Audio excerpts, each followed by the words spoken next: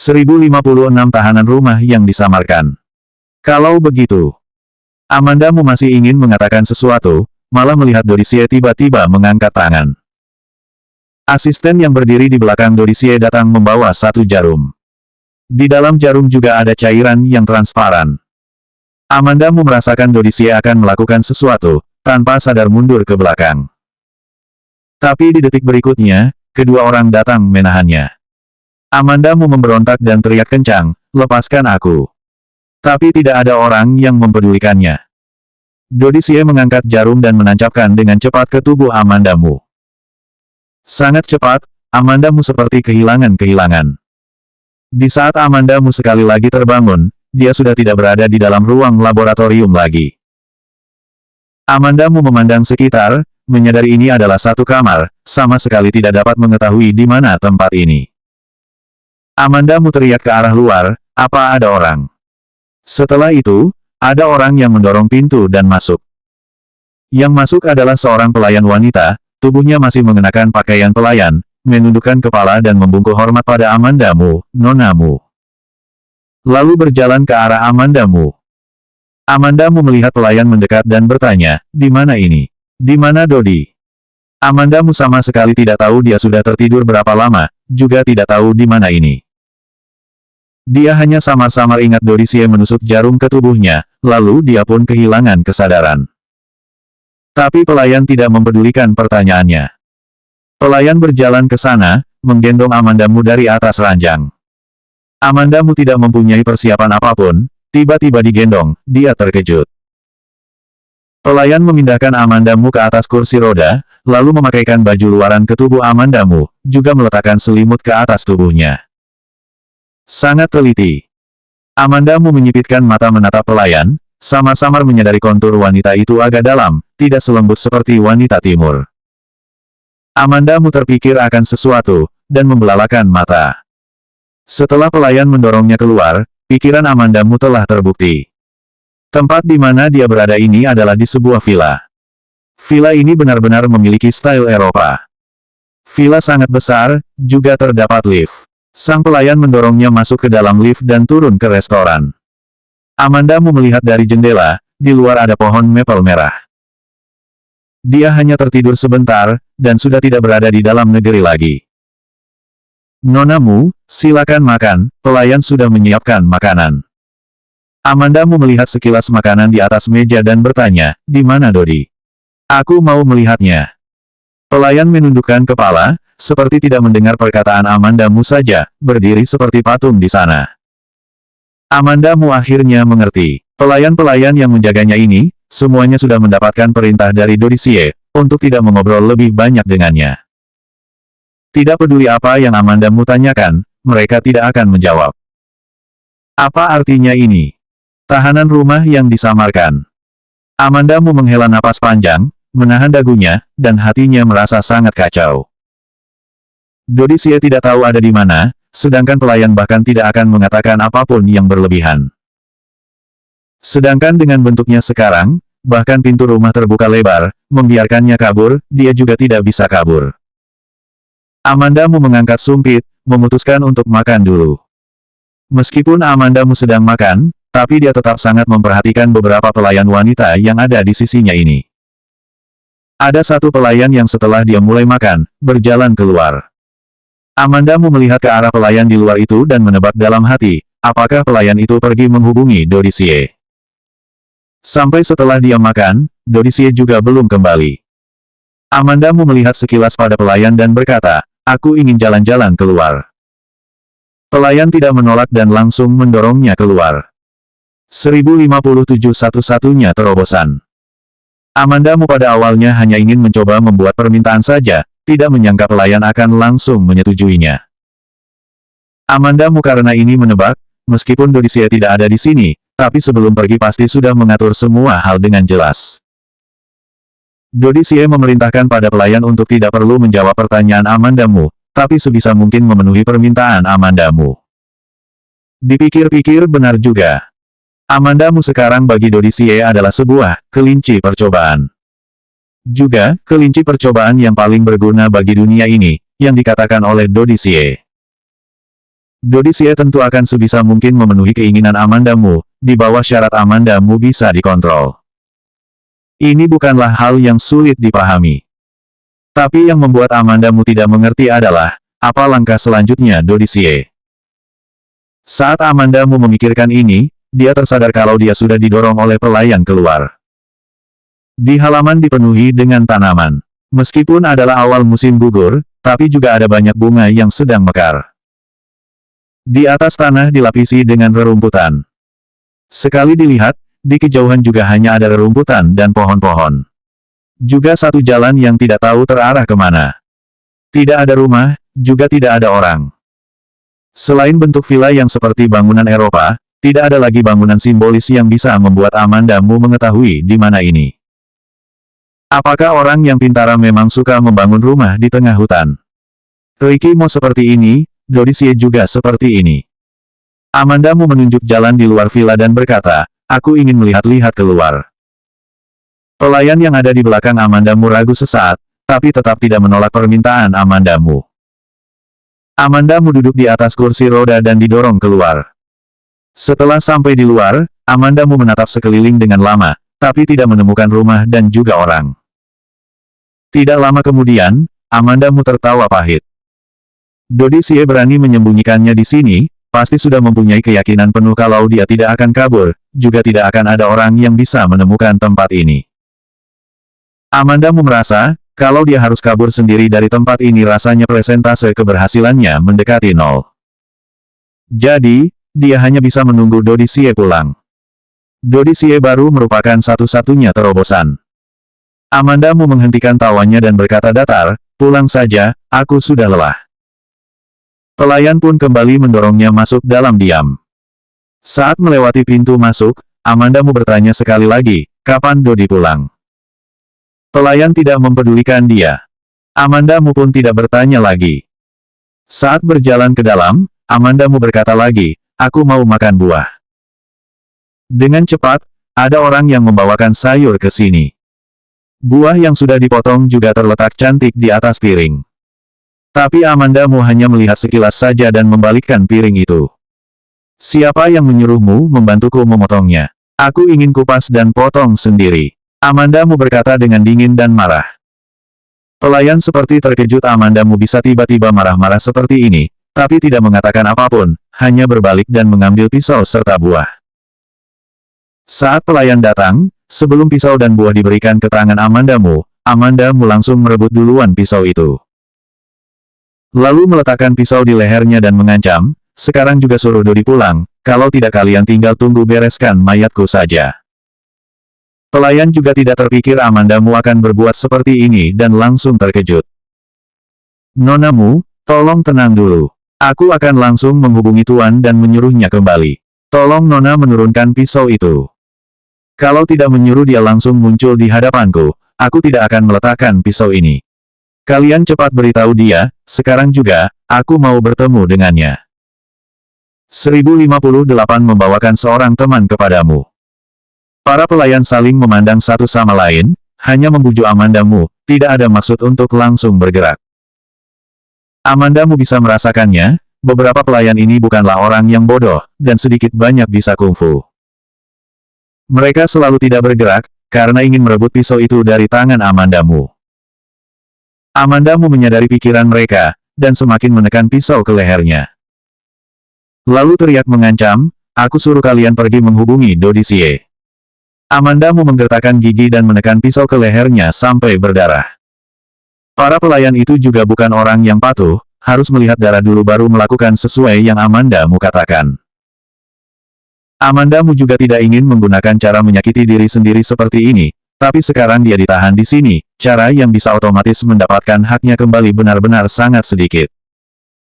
Dia juga tidak dapat memikirkan cara yang lebih baik lagi. Aku sekarang akan menghubungi Tuan Xie. Pelayan melihat Amandamu benar-benar serius, juga sedikit panik, Nona letakkan pisaunya, aku sekarang akan menghubungi Tuan Xie. Amandamu tertawa dingin dan berkata, di hadapanku, telepon menggunakan loudspeaker kepada Dodi. Pelayan tidak ada cara lain, hanya bisa mengikuti permintaan Amandamu. Kalau Dodisie pulang dan melihat terjadi sesuatu pada Amandamu, maka Dodisie pasti tidak akan mengampuni mereka. Salah satu pelayan mengambil ponsel dan menelpon Dodisie di hadapan Amanda Mu. Setelah ditelepon beberapa saat, baru terangkat. Setelah telepon diangkat, pelayan melihat sekilas dulu pada Amanda Mu, baru memanggil, Tuan Xie. Dodisie di ujung sambungan tidak mengatakan apapun, seperti sedang menunggu perkataan pelayan. Amanda Mu langsung berkata kencang, Dodi, aku mau bertemu denganmu. Telepon sudah dibuka loudspeakernya, Amanda Mu bicara dari jauh seperti ini, Dodisie juga bisa mendengarnya. Mendengar itu, Dodisie tiba-tiba tertawa kecil dan berkata, kamu tidak perlu mengancam mereka, aku juga sedang berencana kembali, juga membawakan seorang teman kepadamu. Memang hebat Dodisie. Para pelayan belum mengatakan apapun, Dodisie sudah bisa menebak kalau Amanda Mu yang mengancam pelayan untuk telepon dengannya. Tapi, ketika Amanda Mu mendengar Dodisie berkata, membawa seorang teman, hati Amanda Mu tersentak dan tangan yang memegang pisaunya itu sedikit melemas. Bukan Ricky Mo, kan? Ricky Mo rela melakukan apapun deminya, Ricky Mo berjanji syarat apa lagi dengan Dodisie. Setelah kepanikan sesaat, Amanda Mu dengan cepat kembali tenang. Dodisie hanya bilang, bahwa seorang teman, dan belum tentu adalah Ricky Mo. Amanda Mu sebisa mungkin membuat suaranya terdengar tenang, benarkah? Siapa? Dodisie tidak bicara banyak dengan Amanda Mu, setelah kamu bertemu dengannya, kamu akan tahu sendiri. Setelah Dodisie selesai berkata, Dodisie langsung memutuskan sambungan. Pelayan juga memanfaatkan kesempatan ini, merebut pisau buah itu dari tangan Amanda Mu. Amanda Mu tahu Dodisie tidak perlu membohonginya. Kalau Dodisie bilang mau pulang pasti akan pulang. Jadi, ketika pisau direbut oleh pelayan, dia juga tidak ada reaksi apapun. Dalam hati Amanda Mu diam-diam khawatir, Dodisie berkata, bahwa seorang teman, sebenarnya siapa itu? Amanda Mu selalu khawatir Ricky Mo akan melakukan hal bodoh deminya. Setelah berpikir seharian, dia selalu merasa teman itu adalah Ricky Mo dan sepanjang hari tidak tenang. Sampai malam hari, di luar baru terdengar suara mesin mobil. Dari firasatnya, Amanda Mu merasa Dodisie sudah pulang. Amanda Mu melihat dari jendela ke arah luar, ingin melihat pemandangan di luar. Sayangnya lampu jalan sangatlah gelap. Dari dalam sama sekali tidak terlihat pemandangan apapun yang ada di luar. 1059 membereskannya sampai bersih. Para pelayan dalam villa semuanya berjalan keluar, pergi menyambut Dodisie. Amanda Mu duduk sendirian di samping jendela, berwajah tenang tapi hatinya sangat bergejolak. Bukan Ricky Mo, pasti bukan Ricky Mo. Tidak lama kemudian, di belakangnya terdengar serangkaian langkah kaki. Suara langkah kaki bersahut-sahutan, masuk sangat banyak orang. Nona Mu, keluar dan temuilah teman lamamu, suara Dodisie terdengar dari belakang. Amanda Mu tersentak, menggerakkan kursi roda dan berputar ke arah belakang. Setelah tubuhnya berputar ke belakang, dia baru menengadahkan kepala. Yang pertama kali masuk dalam pandangannya adalah Dodisie. Dodisie mengenakan jas, kelihatan anggun dan gentle. Tapi siapa yang tahu sebenarnya Dodisie adalah orang yang mengerikan. Di belakang Dodisie diikuti dengan sekelompok pelayan dan pengawal, tidak terlihat teman, yang dikatakan oleh Dodisie tadi. Mata Amanda Mu sedikit terkejut. Dodisie menangkap keterkejutan di mata Amanda Mu dan berkata sambil tersenyum, aku suruh orang membereskannya sampai bersih baru datang bertemu denganmu, daripada nanti kamu terkejut. Tangan Amanda Mu yang terletak di atas pegangan mengencang dan hatinya kembali panik. Sedangkan di saat ini, perasaan hati Amanda Mu perlahan-lahan tenang. Dari dulu, sudah mengetahui dari Eriko Xie, Dodisie sangat menyukai Ricky Mo. Jadi, kalau orang yang datang adalah Ricky Mo, Dodisie seharusnya tidak akan melakukan apapun pada Ricky Mo, semakin tidak akan berkata perkataan, membereskan sampai bersih, seperti ini. Tebakan di hati Amanda Mu belum selesai, sudah ada dua orang bawahan yang menyeret orang masuk dari luar. Dodisie melambaikan tangan, dan dua orang bawahan melemparkan orang itu ke hadapan Amanda Mu. Pria yang dilempar ke atas lantai itu mengenakan pakaian bersih, tapi tangan dan leher yang terlihat penuh dengan luka. Saat pria itu dilempar ke atas lantai, rata-rata tidak bergerak, hanya dada yang naik turun saja yang membuktikan bahwa pria itu masih hidup. Amandamu menilai sang pria, kemudian membelalakan mata dan berkata kecil, Kenzo. Pria yang berbaring di atas lantai mendengar suara Amandamu, bergerak sedikit dan menoleh ke arah Amandamu. Gerakan menoleh mudah yang hanya memerlukan waktu 1 detik, pria itu malah harus menggunakan waktu 10 detik untuk melakukannya. Setelah pria itu menoleh ke sana, Amandamu baru melihat jelas wajah sang pria. Wajah Kenzo Lee juga penuh dengan luka. Kalau bukan karena kenal lama dengan Kenzo Lee, Amandamu juga tidak berani yakin pria ini adalah Kenzo Lee. Kenzo Lee menatap Amandamu, matanya menjadi lebih jernih, tapi kemudian berubah menjadi rumit. Amandamu menengadah menatap Dodisie. Dodisie masih berwajah gentle, seperti kondisi Kenzo Lee yang menyedihkan seperti ini, tidak ada sedikit pun hubungannya dengan Dodisie. Amandamu terkejut dan menatap Kenzo Lee. Dia sudah seharusnya tahu dari awal kalau teman yang dimaksud adalah Kenzo Lee. Ketika berita Dodisie dulu tiba-tiba datang, lalu mengetahui sangat kemungkinan kematian Dodisie ada hubungannya dengan Kenzo Lee. Meskipun Dodisie hanya pura-pura mati, tapi Dodisie pasti tidak akan mengampuni Kenzo Lee. Kenzo Lee pandai berakting, kemungkinan besar juga belajar dari Dodisie. Karena banyak masalah bisa terlihat, Dodisie hanya bisa lebih kejam dari Kenzo Lee. Meskipun tidak tahu kenapa Kenzo Lee ingin membunuh Dodisie, tapi dengan sifat Dodisie, pasti tidak akan mengampuni Kenzo Lee dan akan menyiksa Kenzo Lee sampai merasa mati lebih baik daripada hidup. Kalau Dodisie tidak meninggal, Kenzo Lee bisa mendapat balasan seperti ini juga sudah bisa tertebak. 1060 mematahkan semua tulangnya. Amandamu tanpa bisa ditahan memikirkan beberapa waktu yang lalu, Ricky Mo tiba-tiba bekerja sama dengan Kenzo Lee. Apakah karena Kenzo Lee tahu Dodisie belum mati, jadi baru ingin bekerja sama dengan Ricky Mo? Bawa kembali barang yang membuat Nona Mu terkejut ini. Suara Dodisie membuat Amandamu tersadar. Baru saja Dodisie selesai berkata, sudah ada orang yang menyeret Kenzo Lee pergi. Kenzo Lee benar-benar ditarik oleh orang keluar. Tulang-tulang tubuhnya seperti patah semua, tidak dapat mengerahkan sedikit pun tenaga.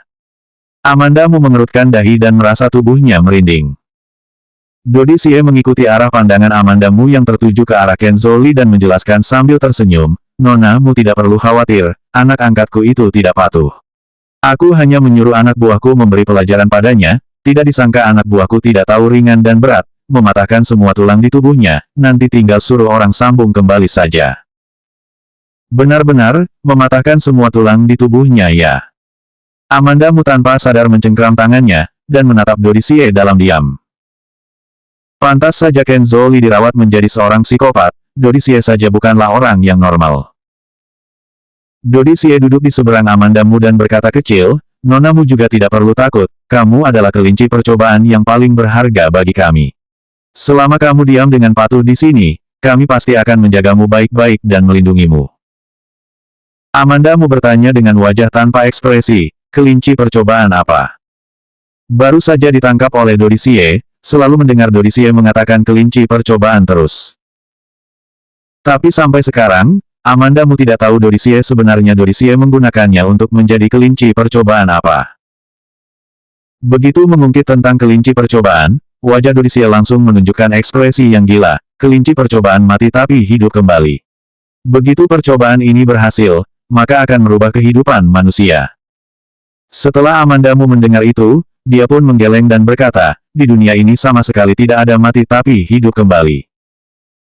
Wajah Dodisie seketika menjadi mengerikan, tidak. Mati tapi hidup kembali itu benar-benar ada. Kamu adalah contoh terbaiknya. Memangnya bagaimana kamu kira kamu bisa kembali hidup dari ledakan itu? Apa kamu benar-benar mengira nyawamu begitu kuat? Ledakan dulu di atas pulau memang benar sangatlah parah. Amandamu bisa hidup, dia saja merasa merupakan sebuah keajaiban. Tapi juga hanya seperti itu saja. Amandamu berkata dengan wajah yakin, aku bisa lanjut hidup, adalah suatu mukjizat, bukanlah mati dan hidup kembali. Mati dan hidup kembali itu benar-benar ada. Dodisie teriak dengan kencang. Amandamu menyindir, kalau begitu coba kamu bunuh dirimu sendiri dan lihat apakah bisa kembali hidup atau tidak. Amandamu merasa Dodisie benar-benar gila, baru begitu percaya di dunia ini ada cara untuk menghidupkan orang yang sudah meninggal. Dodi Xie tersenyum dan berkata dengan wajah gelap, aku sudah akan berhasil sebentar lagi. Amandamu merasa tidak ada gunanya juga terus berdebat dengan Dodi Xie seperti ini. Dodi Xie seperti sudah dihipnotis, benar-benar percaya ada cara untuk menghidupkan orang yang sudah meninggal. Sedangkan Amandamu tidak percaya. Amandamu lebih baik percaya adanya mukjizat. Amandamu menarik napas dalam dan berkata, aku sudah lelah, ingin istirahat. Antar nonamu kembali istirahat di kamar. Dodi Xie melambaikan tangan, lalu datang seorang pelayan yang mengantar Amandamu kembali ke kamar. Setelah Amandamu kembali ke kamar, dia berbaring bola-bali di atas ranjang tapi tetap tidak bisa tidur. Otaknya memikirkan perkataan Dodi Xie, khawatir pada Ricky Mo, juga memikirkan tubuh Ricky Mo yang penuh dengan luka. Dia pun tertidur dengan pikiran rumit. Di saat kembali bangun, sudah keesokan paginya. Amandamu terbangun, belum bersuara saja sudah ada pelayan yang masuk melayani Amandamu. Selanjutnya bab 1061 aku tidak pernah berpikir untuk menyakiti kamu.